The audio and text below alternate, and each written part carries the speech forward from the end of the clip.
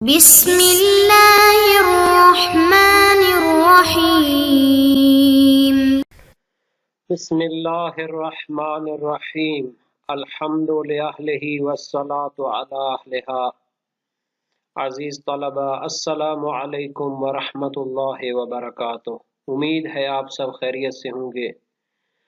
شرح الامہ اول درس نمبر 120 میں شہید کا حکم بیان کیا جائے گا۔ اس میں سب سے پہلے شہید کا مفہوم اور معنی ذکر کریں گے، شہید کی اقسام کو بیان کریں گے، شہید کا وجہ تسمیہ اور اس کا ثواب ذکر ہوگا، اور شہید کے احکام شرعی کو بیان کیا جائے گا۔ سب سے پہلے عبارت کو دیکھتے ہیں۔ فرمایا وَالشَّهِيدُ وَهُوَ الْمُسْلِمُ وَمَنْ بِحُكْمِهِ المیت فی معرکۃ قتال امر بہ النبی صلی اللہ علیہ وآلہ وسلم او الامام او نائبہما الخاص وہو فی حزبہما بسببہ او قتل فی جہاد مأمور بہ حال الغیبۃ۔ شہید کون ہوتا ہے؟ سب سے پہلے اہم سوال یہ ہے کہ شہید کی تعریف کریں۔ شہید اول نے تو شہید کا حکم بیان کیا ہے، تو شہید ثانی جو ہیں اس کے بارے میں تفصیل بیان کرتے ہیں اور اس کا معنی اور مفہوم بیان کرتے ہیں۔ اور شہید وَهُوَ الْمُسْلِمُ، شہید مسلمان ہوتا ہے، وَمَن بِحُکْمِهِ، اور جو مسلمانوں کے حکم میں ہوتے ہیں، المیت فی معرکۃ قتال، جو فوت ہوتا ہے اس جنگ کے معرکہ میں، امر بہ النبی، جس کا نبی اکرم نے حکم دیا ہو، اول امام، یا امام معصوم نے حکم دیا ہو، او نائبہم الخاص، یا ان دونوں کے نائب خاص نے حکم دیا ہو۔ نائبہما الخاص یعنی نبی اور امام کے نائب خاص نے اس کا حکم دیا ہو۔ تو یہ جو ایسی جنگ میں جو نبی یا امام یا ان کے نائب خاص کے حکم سے جاری ہوئی ہو، اس جنگ کے معرکہ میں جو شہید ہوگا یا قتل ہوگا تو اس کو شہید کہتے ہیں۔ یہ جناب علی شہید کی پہلی قسم ہے۔ اس کی چند شرائط ہیں۔ سب سے پہلے وہ مسلمان ہو یا جو مسلمان کے حکم میں ہیں۔ پس اگر کوئی کافر مسلمانوں کی مدد کرتے ہوئے میدان جنگ میں مارا جائے تو وہ شہید شمار نہیں ہوگا۔ گویا کہ یہ پہلی جو ہے یہ باقاعدہ شرط ہے۔ دوسرا، المیت، میدان جنگ میں مارا جائے تو یہ شہید کی شرط ہے کہ میدان جنگ میں قتل ہو۔ تیسری شرط، ایسی جنگ میں شہید ہو کہ امر بہ النبی صلی اللہ علیہ وآلہ وسلم، کہ نبی اکرم نے اس کا حکم دیا ہو، یا امام نے یا ان کے نائب خاص نے۔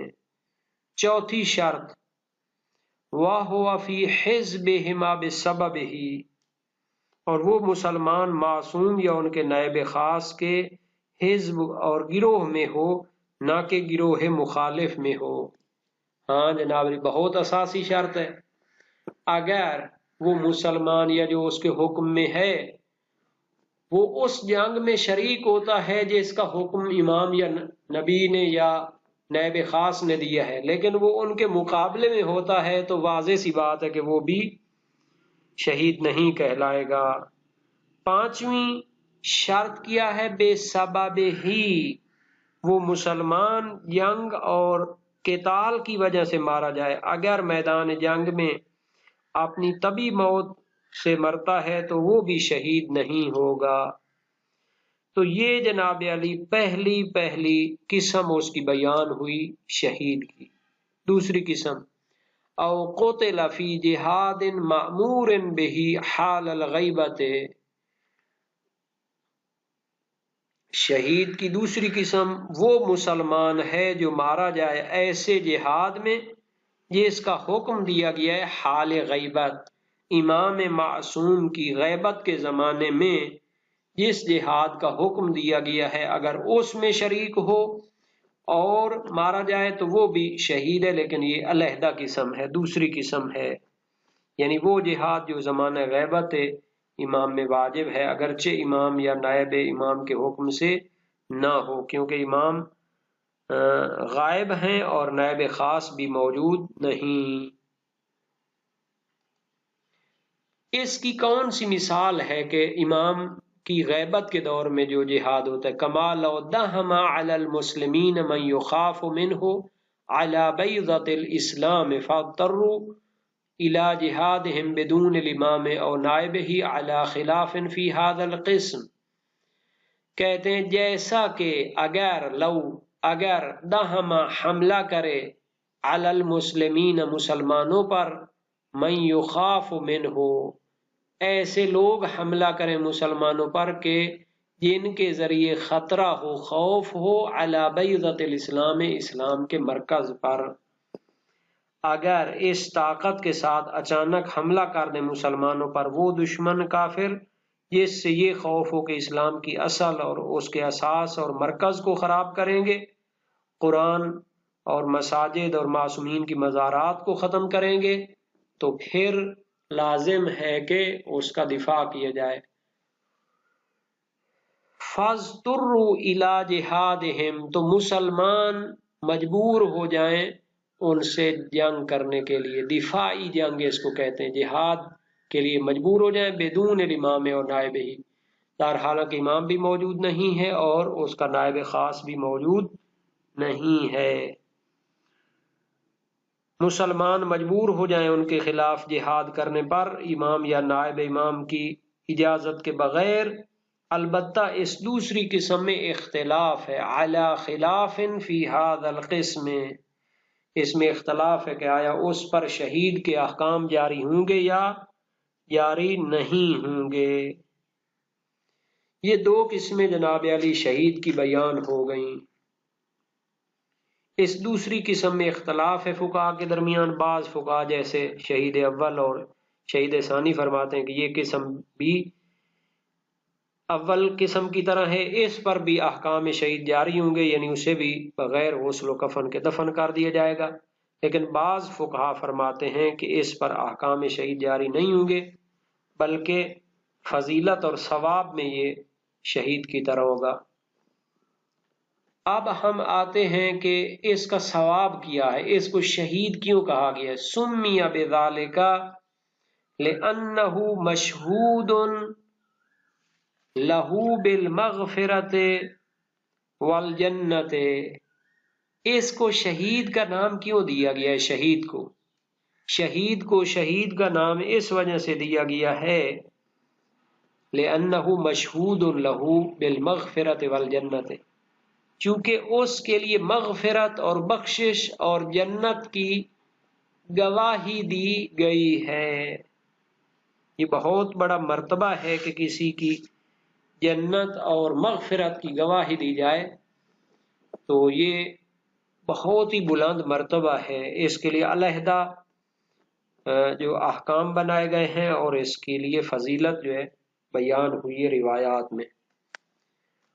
قرآن میں بھی ہے کہ شہداء زندہ ہیں، اللہ کے ہاں رزق پاتے ہیں، ان کو مردہ نہ کہو، ان کی زندگی کو تم شعور نہیں رکھتے، وہ تو اللہ کے ہاں رزق پاتے ہیں۔ اس طرح کی آیات اور روایات بہت زیادہ فضائل ہیں اس کے۔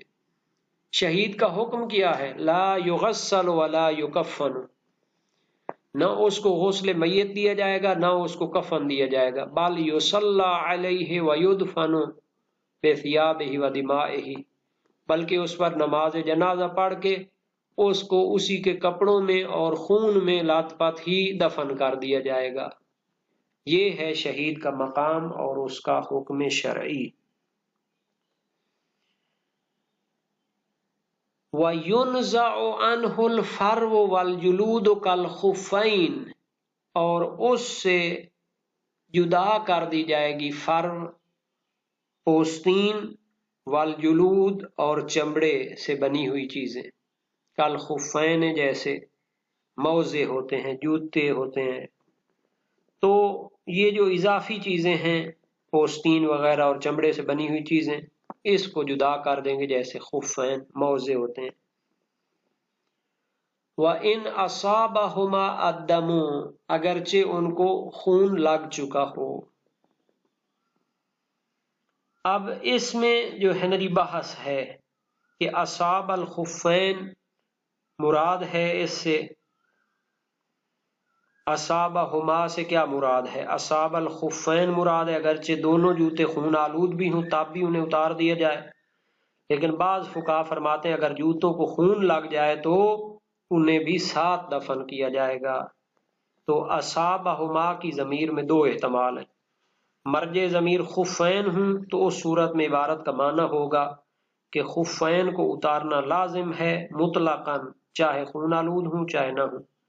لیکن اگر پوستین خون آلود ہو تو نہیں اتاری جائے گی، اگر خون آلود نہ ہو تو اتارنا لازم ہے.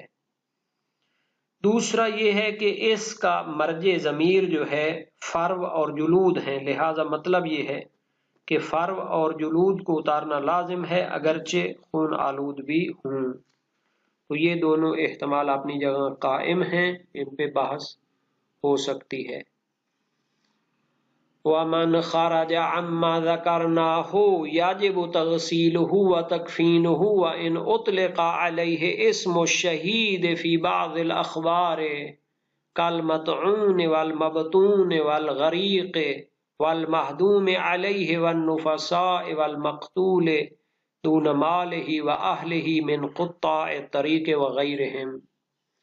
شہید کا ایک مجازی اطلاق بھی ہے، اس کو وہ جو پہلے دو معنی تھے شہداء کے، اس کے علاوہ بھی بعض روایات میں استعمال کیا جاتا ہے. فرمایا من خرج عما ذکرناہ، شہید کی جو تعریفیں دو ہم نے کی ہیں پہلے، جو ان سے خارج ہوں، یجب تغسیلہ و تکفینہ، تو پھر اس کو غسل و کفن دینا واجب ہے. وَإِنْ أُطْلِقَ عَلَيْهِ اسْمُ الشَّهِيدِ فِي بَعْضِ الْأَخْبَارِ، اگرچہ کہ بعض روایات میں اس پر شہید کا نام استعمال ہوا ہو. تو یہ اس کا مجازی اطلاق ہے، وہ فقہی اور جو احکام کے حوالے سے شہید کے علیحدہ حکم ہیں اس حوالے سے نہیں ہے. المطعون، کل مطعون، جیسے کہ مطعون ہے، جو طاعون کی بیماری سے فوت ہو جائے اسے بھی شہید کہا گیا. والمبتون، پیٹ کی بیماری کی وجہ سے فوت ہو جائے. والغریق، پانی میں ڈوب کر غرق ہو کر مر جائے. والمہدوم علیہ، چھاتی یا دیوار گرنے کی وجہ سے مر جائے. والنفساء، وہ عورت جو بچہ جنتے ہوئے فوت ہو جائے، خون نفاس کی حالت میں فوت ہو جائے. والمقتول دون مالہ واہلہ، اور وہ شخص جو اپنے مال اور اہل و عیال کے دفاع میں مارا جائے. من قطاع الطریق، چوروں اور ڈاکوؤں کے مقابلہ کرتے ہوئے مارا جائے، اپنے اہل و عیال کا دفاع کرتے ہوئے اور چوروں اور ڈاکوؤں کا مقابلہ کرتے ہوئے مارا جائے. من قطاع الطریق راہ زنوں کو کہتے ہیں، جو راستوں اور شاہراہوں میں ڈاکہ مارنے اور راستوں کو ناامن بنانے والے ہوتے ہیں. ایسے لوگوں کو مفسد فی الارض قرار دیا گیا ہے، اگر یہ پکڑے جائیں تو ان کے لیے شدید سزائیں خود قرآن میں معین ہیں. وغیرہم، جو قطاع طریق اور راہ زنوں کی طرح ہوتے ہیں. تو بہرحال جو لوگ اس طرح کے کارنامے انجام دیتے ہوئے یا اس طرح کی شدید آزمائشوں کا شکار ہو کر فوت ہوتے ہیں ان کو بھی بعض روایات میں شہید کہا گیا، جیسے جو کہ مسافرت میں مارا جائے، جمعہ کے دن فوت ہو، جو علوم آل محمد کو سیکھتے ہوئے فوت ہو جائے تو اس کے لیے بھی یہ فضائل وغیرہ بیان ہوئے ہیں. لیکن یہ مجازی اطلاق ہے، اس کو ثواب سمجھا جائے لیکن اس سے شہید والے احکام اس پر جاری نہیں ہوں گے. اچھا، شہید جو ہے اس کا جو حکم ہے وہ کہاں سے آیا ہے؟ اتفاق ہے تمام فقہائے اسلام کا اور روایات بھی ہیں. صحیح ابان بن تغلب بہت بڑے فقیہ تھے، امام باقر امام صادق علیہ السلام کے دور کے۔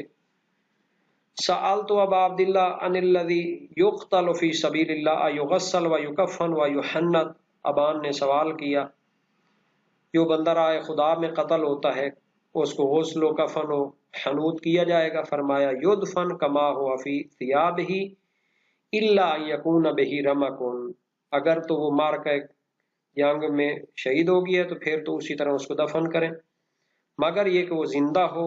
فإن كان به رمق ثم مات فإنه يغسل ويكفن ويحنط، تو اگر وہ کیا ہوتا ہے اس کی جان ابھی باقی تھی تو پھر وہ بعد میں فوت ہوا تو پھر اس کو غسل و کفن وغیرہ دیا جائے گا۔